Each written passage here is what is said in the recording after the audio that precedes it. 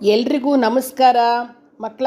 ಇವತ್ತು 2ನೇ ಅಧ್ಯಾಯದ 69ನೇ ಶ್ಲೋಕವನ್ನು ಭಗವದ್ಗೀತೆದು ಹೇಳ್ಕೊಡ್ತಾ ಇದ್ದೀನಿ. ಹೇಳ್ತೀರಲ್ವಾ? ಈ ಶ್ಲೋಕನ ಕೃಷ್ಣ ಏನು ಮಾಡ್ತಾನೆ ಹೇಳ್ತಾ ಇದ್ದಾನೆ. ಈ ವಿವೇಕ ಪ್ರಜ್ಞೆ ಹೇಗೆ ಬೆಳೆಸ್ಕೊಳ್ಬೇಕು, ಇಂದ್ರಿಯಗಳನ್ನೆಲ್ಲ ಹೇಗೆ ಹಿಡಿತದಲ್ಲಿ ಇಟ್ಕೊಳ್ಬೇಕು, ಯಾವ ಥರ ನಮ್ಮ ಬುದ್ಧಿಯನ್ನು ಇಟ್ಕೊಳ್ಬೇಕು ಅಂತ ಹೇಳ್ತಾ ಇದ್ದಾನೆ. ನೋಡಿ ಯಾನಿಶಾ ಸರ್ವಭೂತಾನಾಂ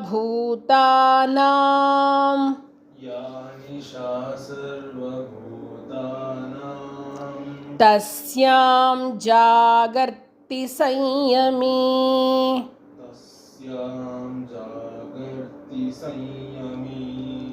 ಯಸ್ಯಾಂ ಜಾಗೃತಿ ಭೂತಾನಿ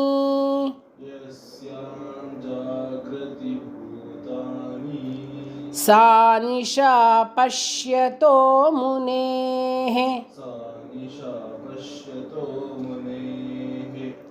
ಯಾ ನಿಶಾ ಸರ್ವಭೂತಾನಾಂ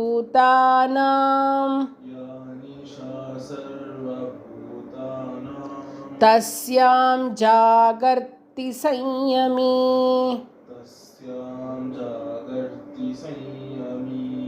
ಯಸ್ಯಾಂ ಜಾಗೃತಿ ಭೂತಾನಿ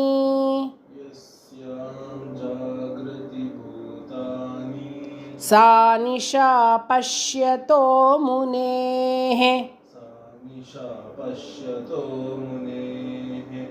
ಯಾ ನಿಶಾ ಸರ್ವಭೂತಾನಾಂ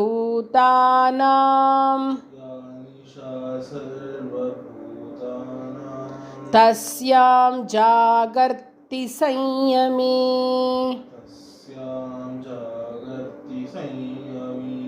ಯಸ್ಯಾಂ ಜಾಗೃತಿ ಭೂತಾನಿ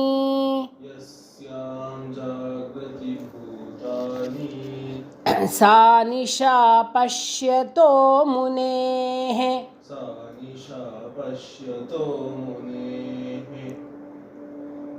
ಏನಪ್ಪ ಇದರ ಅರ್ಥ ಅಂತಂದರೆ, ಸ್ವಲ್ಪ ಕಷ್ಟ ಮಕ್ಕಳೇ ನಿಮಗೆ ಇದು ಅರ್ಥ ಮಾಡ್ಕೊಳ್ಳೋದು. ಆದರೂ ಹೇಳ್ತೀನಿ ನೋಡಿ.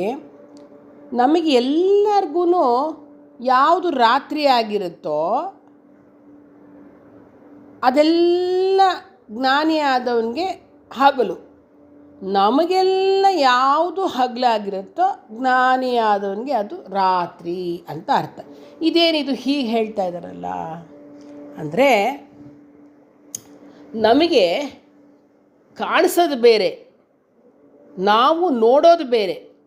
ಅಂದರೆ ಹೇಗಪ್ಪ ಅಂತಂದರೆ ನೋಡಿ, ಎಲ್ಲರಿಗೂ, ಎಲ್ಲ ಪ್ರಾಣಿಗಳಿಗೂ, ಎಲ್ಲ ಜನಗಳಿಗೂ ನಮಗೆ ಕತ್ಲೆ ಅಂತ ಕೆಲವೆಲ್ಲ ಕಾಣಿಸಲ್ಲ, ಇರುತ್ತೆ, ಅಲ್ಲಿ ಕಾಣಿಸ್ತಾ ಇಲ್ಲ. ಅಂಥದ್ದೆಲ್ಲ ವಿಷಯಗಳು, ಆತ್ಮ ವಿಷಯವೆಲ್ಲವೂ ಕೂಡ ಜ್ಞಾನಿಗೆ ಕಾಣಿಸ್ತಾ ಇರುತ್ತೆ. ಅರ್ಥ ಆಯ್ತಾ? ನಾವು ಎಲ್ಲ ಗೊತ್ತು ಅಂತ ನಮಗೆ ಎಚ್ಚರ ಮಾಡ್ಕೊಂಡಿರ್ತೀವಲ್ಲ, ಆಗ ಜ್ಞಾನಿ ಸುಮ್ಮನೆ ಇದ್ದುಬಿಡ್ತಾನೆ. ಅಂದರೆ ನಮಗೆ ಆತ್ಮಜ್ಞಾನದ ವಿಷಯದಲ್ಲಿ ಅಜ್ಞಾನ ಇರುತ್ತೆ, ಆತ್ಮಜ್ಞಾನಿಗೆ ಪ್ರಾಪಂಚಿಕ ವಿಷಯದಲ್ಲಿ ಅಜ್ಞಾನ ಇರುತ್ತೆ. ಅಷ್ಟೇ ವ್ಯತ್ಯಾಸ. ಇವಾಗ ಏನಪ್ಪ ಅರ್ಥ ಸಿಂಪಲಾಗಿ ಹೇಳಬೇಕು ಅಂತಂದರೆ, ನಾವೆಲ್ಲ ಇದೀವಲ್ಲ ಮಕ್ಕಳ, ನಮಗೆ ಈ ಭಗವಂತನನ್ನು ಕಾಣ್ತಕ್ಕಂಥದ್ದು, ಈ ಆತ್ಮಜ್ಞಾನ ಅಂತ ಏನು ಹೇಳ್ತಾರೆ, ವಿವೇಕ, ಆ ಭಗವಂತನನ್ನು ಕಾಣ್ತಕ್ಕಂತಹ, ಮೋಕ್ಷವನ್ನು ಪಡೆದುಕೊಳ್ತಕ್ಕಂತಹ ವಿಷಯದಲ್ಲಿ, ಜ್ಞಾನದ ವಿಷಯದಲ್ಲಿ ನಮಗೆಲ್ಲ ಕತ್ಲು, ಅವ್ರಿಗೆ ಬೆಳಕು, ಜ್ಞಾನಿಗಳಿಗೆ ಅದು ಅವರಿಗೆ ಬೆಳಕಿದ್ದ ಹಾಗೆ. ಅದೇ ನಮಗೆ ಯಾವುದು ಲೋಕ ವ್ಯವಹಾರಗಳು, ಇವಾಗ ನಾವೆಲ್ಲ ಇದೀವಲ್ಲ, ಲೋಕ ವ್ಯವಹಾರ ಮಾಡಿಕೊಂಡು ಊಟ ಮಾಡ್ತೀವಿ, ಸ್ಕೂಲಿಗೆ ಹೋಗ್ತೀವಿ, ಟಿ ವಿ ನೋಡ್ತೀವಿ, ಮೊಬೈಲ್ ನೋಡ್ತೀವಿ, ಎಲ್ಲ ತೊಗೋತೀವಿ ಎಲ್ಲ ಮಾಡ್ತಾ ಇದ್ದೀವಲ್ಲ ವ್ಯವಹಾರಗಳು. ಆ ವಿಷಯದಲ್ಲಿ ನಾವು ಎಚ್ಚರವಾಗಿದ್ದರೆ ಜ್ಞಾನಿಗಳು ಮಲಗಿರ್ತಾರೆ, ಅವರು ಅದನ್ನು ಯೋಚನೆ ಮಾಡೋದೇ ಇಲ್ಲ. ಅರ್ಥ ಆಯ್ತಾ? ಇಷ್ಟೇ ಈ ವಿಷಯ. ಇದು ಈ ಒಂದು ಪದ್ಯಕ್ಕೆ ಅರ್ಥ ಈ ಥರ. ಅಂದರೆ ಇನ್ನು ಏನು ಹೇಳ್ತಾರೆ, ಬುದ್ಧ ಬುದ್ಧ ಬುದ್ಧ ಜಗವೆಲ್ಲ ಮಲಗಿರಲು ಅವನೊಬ್ಬನೆದ್ದ ಅಂತ ಹೇಳ್ತಾರೆ. ಅಂದರೆ ಜಗತ್ತು ಮಲಗಿದ್ದಾಗ ಬುದ್ಧ ಮಾತ್ರ ಎದ್ದ ಅಂದರೆ ಕಣ್ಬಿಟ್ಕೊಂಡು ಕಣ್ಮುಚ್ಕೊಂಡು ಕಣ್ಬಿಡೋದು ಆ ಥರ ಅಲ್ಲ. ಎಲ್ಲರಿಗೂ ಕೂಡ ಅಜ್ಞಾನ ಅಂತಕ್ಕಂತಹ ಕತ್ತಲು ಕವಿದಿದ್ದಾಗ ಬುದ್ಧನಾಗಿರ್ತಕ್ಕಂಥವನು ಬೆಳಕನ್ನು ಹೊಂದಿ ಜ್ಞಾನವನ್ನು ಪಡೆದುಕೊಂಡು ಎಚ್ಚೆತ್ತಾನೆ ಅಂತಕ್ಕಂಥದ್ದು ಈ ಒಂದು ಶ್ಲೋಕದ ಅರ್ಥ.